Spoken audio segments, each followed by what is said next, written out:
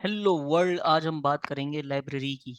तो लाइब्रेरी बिल्कुल उसी तरह लिखते हैं जिस तरह हम स्मार्ट कॉन्ट्रैक्ट लिखते हैं।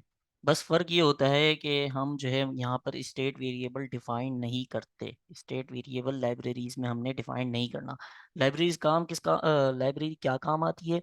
तो लाइब्रेरी आपका काम बेसिकली आसान करती है। आपके पास जो कॉमन फंक्शंस हैं उसकी आप एक लाइब्रेरी बना लो। जैसे मैथ, आप मैथ के बेसिक फंक्शंस का आपका काम है ऐड, माइनस, मल्टीप्लाई वगैरह वगैरह।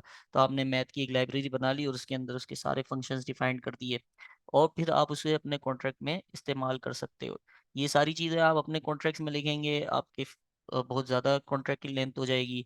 तो आपको पढ़ने में और एडिट करने में उसे मुश्किल होगी। तो इसीलिए हम लाइब्रेरीज का इस्तेमाल करते हैं। बनी बनाई भी लाइब्रेरीज मौजूद हैं ओपन जेपलिन वगैरह की, तो वो भी हम आसानी से इस्तेमाल कर सकते हैं।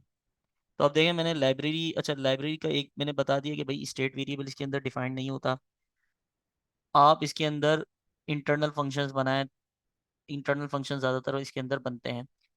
जब इंटरनल फंक्शंस बनाते हैं तो आप इस कॉन्ट्रैक्ट को, लाइब्रेरी के कॉन्ट्रैक्ट को बिना डिप्लॉय करे आप अपने कॉन्ट्रैक्ट में इस्तेमाल कर सकते हैं। लेकिन अगर आप इसके अंदर एक्सटर्नल फंक्शंस भी बना लेते हैं, एक्सटर्नल या पब्लिक फंक्शंस बना लेते हैं, तो फिर आपको पहले ये लाइब्रेरी का कॉन्ट्रैक्ट डिप्लॉय करना पड़ेगा और फिर अपना कॉन्ट्रैक्ट डिप्लॉय करेंगे ताकि ये कॉन्ट्रैक्ट इनेबल हो जाए उस कॉन्ट्रैक्ट के अंदर।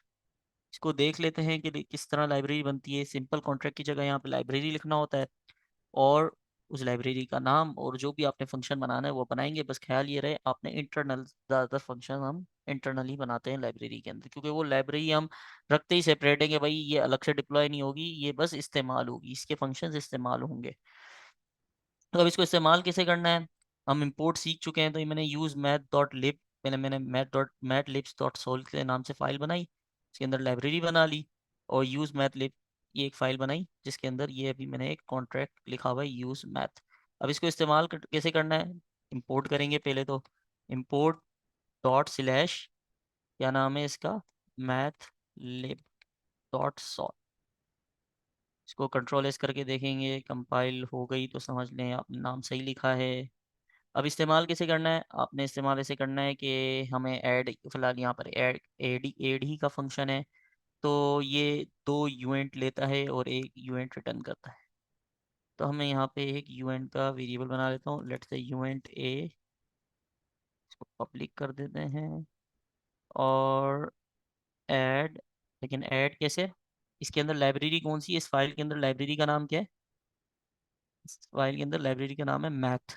तो मैं यहाँ लिखूंगा मैथ, मैथ डॉट, कौन सा फंक्शन है, ऐड।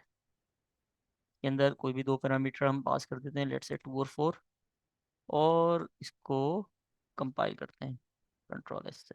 ये कंपाइल हो गया। डिप्लॉय करते हैं। तो अब देखें, मैंने उस कॉन्ट्रैक्ट को डिप्लॉय नहीं किया, मैथ लिब को कॉन्ट्रैक्ट को डिप्लॉय नहीं किया, लाइब्रेरी को, और सिंपल बस इसको डायरेक्टली इस्तेमाल कर लिया। तो लाइब्रेरी का ये फ़ायदा है कि हम इसको डायरेक्टली इस्तेमाल कर सकते हैं बिना डिप्लॉय करे। तो ये मैंने यहाँ पे इसको कॉल किया तो ये हमारे पास डायरेक्ट, हमारे पास रिजल्ट आ गया।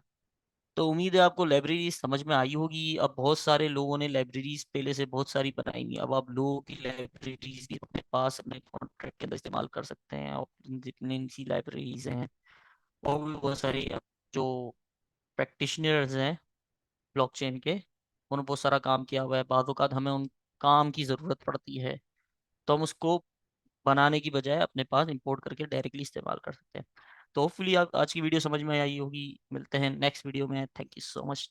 Take care, bye bye.